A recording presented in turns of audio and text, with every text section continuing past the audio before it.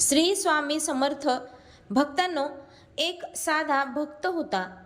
तो स्वामींवर खूप प्रेम करायचा, रोज नामस्मरण करायचा. पण त्याच्या मनात एक गोष्ट सतत टोचत राहायची की तो सतत मांसाहार करायचा आणि त्यामुळे त्याला वाटायचं की कदाचित स्वामी त्याला स्वीकारणार नाहीत. गावात अनेक लोक वेगवेगळ्या गोष्टी सांगायचे. काही म्हणायचे की सेवा करायची असेल तर सर्व नियम पाळावे लागतात, तर काही म्हणायचे श्रद्धा महत्त्वाची. पण त्या भक्ताच्या मनात सतत अपराधीपणा होता. तो जेव्हा स्वामींचा फोटो समोर बसायचा तेव्हा एकीकडे शांतता मिळायची, पण दुसरीकडे मनात प्रश्न उठायचा की मी योग्य आहे का? मी मांसाहार करून सुद्धा स्वामी सेवा करू शकतो का? एक दिवस तो मंदिरात गेला. लोक निघून गेल्यावर तो एकटाच शांतपणे बसून राहिला. आपोआपच डोळ्यात पाणी आले. म्हणाला, स्वामी, मी चुकत असेल तर मला मार्ग दाखवा. त्या क्षणी त्याला मंदिरात एक वेगळी शांतता जाणवली. काही आवाज नव्हता, पण मनात जणू उत्तर म्हटलं ते मनातून असते. त्या दिवसापासूनच त्याच्या आयुष्यात हळूहळू बदल सुरू झाला. तो स्वतःला दोष देण्याऐवजी स्वतःकडे समजून पाहू लागला. तो सेवा करत राहिला. मंदिर साफ करणे, गरिबांना मदत करणे आणि स्वामींचे नामस्मरण करणे. पण मनातील प्रश्न अजूनही संपला नव्हता. एका रात्री त्याला विचित्र स्वप्न पडलं. तो एका मोठ्या रस्त्यावर चालत होता. आजूबाजूला अनेक लोक होते, काही धार्मिक, काही साधे, काही चुका करणारे, पण सगळ्यांच्या पुढे स्वामी चालत होते.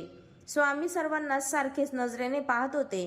त्या धडधडत्या मनाने विचारलं, स्वामी, मी तुमच्या जवळ राहू शकतो का? स्वामी हसले आणि म्हणाले, अरे मूर्खा, जवळ येण्यासाठी मन लागते, शरीराची सवय नाही. अचानक त्याची झोप उडाली. सकाळी उठल्यावर त्याला आतून हलकं वाटलं. त्याला जाणवलं की कदाचित स्वामी शिक्षण देण्यासाठी नाही तर समजून घेण्यासाठी असतात. त्या दिवसापासून नंतर तो स्वतःवर जबरदस्ती करू लागला नाही, पण प्रत्येक कृती करताना जागरूक राहू लागला. तो विचार करू लागला, मी स्वामींसाठी काय बदल करू शकतो?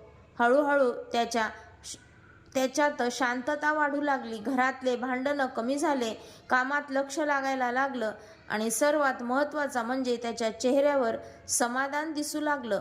त्याला कळून चुकलं की सेवा म्हणजे बाहेरून बदल दाखवणे नाही, तर आतून परिवर्तन सुरू होणे आहे. आणि त्याची खरी यात्रा सुरू झाली. स्वामींच्या त्या स्वप्नानंतर भक्ताचे मन जरी शांत झाले होते, तरी आयुष्यातील खरी परीक्षा थांबली नव्हती. काही दिवसांनी अचानक त्याच्या कामात मोठे नुकसान झाले. घरात पैशांची अडचण निर्माण झाली आणि ज्या लोकांना तो आपले समजत होता दूर जाऊ लागले. प्रत्येक दिवस अगदी तणावाचा भरलेला होता.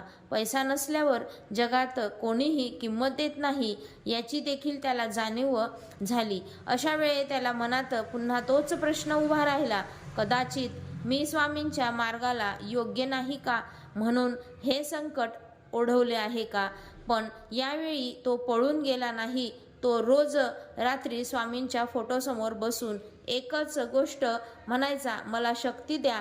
त्याला जाणवू लागले की पूर्वी तो सेवा करत होता उत्तर मिळवण्यासाठी, पण आता तो सेवा करत होता स्वतःला सावरून ठेवण्यासाठी. एकदा तो खूप निराश होऊन रस्त्यावर चालत होता, मनात काळजी, डोळ्यात पाणी. अचानक एक वृद्ध माणूस त्याच्या जवळ आला आणि सहज म्हणाला, विश्वास ठेव, संकट संपतं. एवढं बोलून तो निघून गेला. फक्त थोड्या वेळ थांबला. त्याच्या चेहऱ्याला स्वामींची झलक दिसली. घरी आल्यावर तसं मन विचित्र शांत झालं. त्या रात्री त्याला पुन्हा स्वप्न पडलं.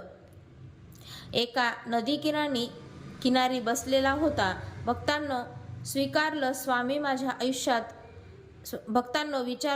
स्वामी, माझ्या आयुष्यात एवढ्या अडचणी का? स्वामी शांतपणे, परीक्षा म्हणजे दूर जाणं नाही तर मजबूत होणं. सकाळी उठल्यावर त्याला जाणवले की संकट असूनही तो आधीपेक्षा जास्त स्थिर आहे. हळूहळू त्याने आयुष्यातील छोट्या गोष्टींमध्ये आनंद शोधायला सुरुवात केली. आई वडिलांशी शांतपणे बोलणे, गरजूंना मदत करणे, स्वतःवर राग न काढणे, त्याच्या मनात आता एक नवीन समाज वाढू लागली. स्वामी सेवा म्हणजे स्वतःच्या बदलण्याची प्रक्रिया आहे. त्याच्या मनात आता वेगळ्या प्रकारे उभा राहू लागला. त्याला जाणवले की स्वामींनी कधीच त्याला घाबरवलं नाही, उलट प्रेमाने विचारलं लागलं. दिवस गेले. पुढे त्याच्या आयुष्यात छोट्या छोट्या चांगल्या घटना घडू लागल्या. अडलेले पैसे मिळाले, घरातले वातावरण शांत झाले आणि सगळ्यात महत्त्वाचं म्हणजे त्याच्या मनातील भीती कमी होऊ लागली.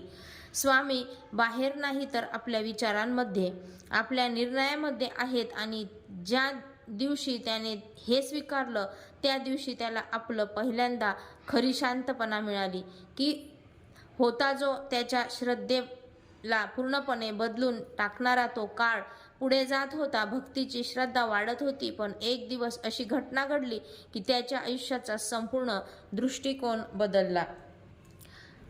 त्या दिवशी तो खूप थकलेला होता. दिवसभर कामात, अडचणीत, मनात ताण आणि रात्री घरी येऊन तो शांतपणे स्वामींच्या फोटोसमोर बसला. त्याने काही सांगितले नाही, फक्त शांतपणे डोळे मिटले. अचानक त्याला जाणवले जणू खोलीत एखादी ऊर्जा आहे. मन शांत होत गेले आणि अचानक नकळत त्याच्या डोळ्यातून अश्रू वाहू लागले. त्या क्षणी त्याच्या मनात एक स्पष्ट विचार आला, तू स्वतःला दोष देत राहिलास, पण मी तुला कधी नाकारलं नाही. त्याने दचकून डोळे उघडले, पण आजूबाजूला कोणी नव्हते. तरीही त्याला त्या अनुभवाचे भान. मन हलके. दुसऱ्या दिवशी त्या मंदिरात गेला. तिथे एक साधू शांतपणे म्हणाले, सेवा म्हणजे प्रेम, भीती नाही.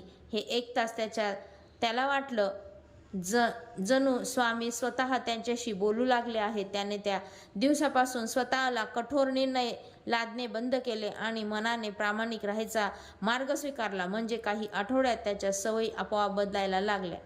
ज्या गोष्टींबद्दल त्याची आधी द्विधा मनस्थिती झाली होती ती आता शांतपणे कमी होऊ लागली. त्याला जाणवले की मनामध्ये बदल जबरदस्तीने नाही तर अंतर्मनातून होतो. एक दिवस तो आपल्या मित्रासोबत बसला असताना त्याने सहज मांसाहार न करायचा निर्णय घेतला. त्या निर्णयामध्ये अपराधीपणा नव्हता, फक्त शांत समाधान होतं. त्याला कळलं की स्वामींनी त्यांच्याकडून काही हिसकावून घेतलं नाही, पण हा बदल मात्र स्वामींनी घडवून आणलेला आहे. त्याने फक्त त्याला स्वतःला समजावून घ्यायला शिकवलं. त्या रात्री स्वप्न पडलं. स्वामी हसत म्हणाले, जेव्हा मन बदलतं तेव्हा सवयी स्वतः मागे राहतात. सकाळी उठल्यावर त्याला इतकं शांतता वाटली की जणू आयुष्यभराचा भार उतरला होता. आता तो इतरांना सुद्धा सांगू लागला की स्वामी सेवा करण्यासाठी परिपूर्ण असणे गरजेचे नाही. अपूर्ण माणूस सेवेतून पूर्णत्वाकडे जातो. त्याने अनुभवले की स्वामींची खरी कृपा म्हणजे माणसाला हळूहळू योग्य दिशेला नेणे. त्या दिवसानंतर त्याच्या आयुष्यातील प्रत्येक अडचण त्याला घाबरवत नव्हती, कारण त्याला खात्री होती की स्वामी त्यांच्या सेवेत आहेत. आणि त्याच्या मनात अतिशय एकच भावना उरली होती, ती म्हणजे फक्त आणि फक्त कृतज्ञता. भक्तांनो, स्वामी सेवा ही काय करताना नियमापेक्षा पण जास्त विश्वास आणि श्रद्धेची गरज असते.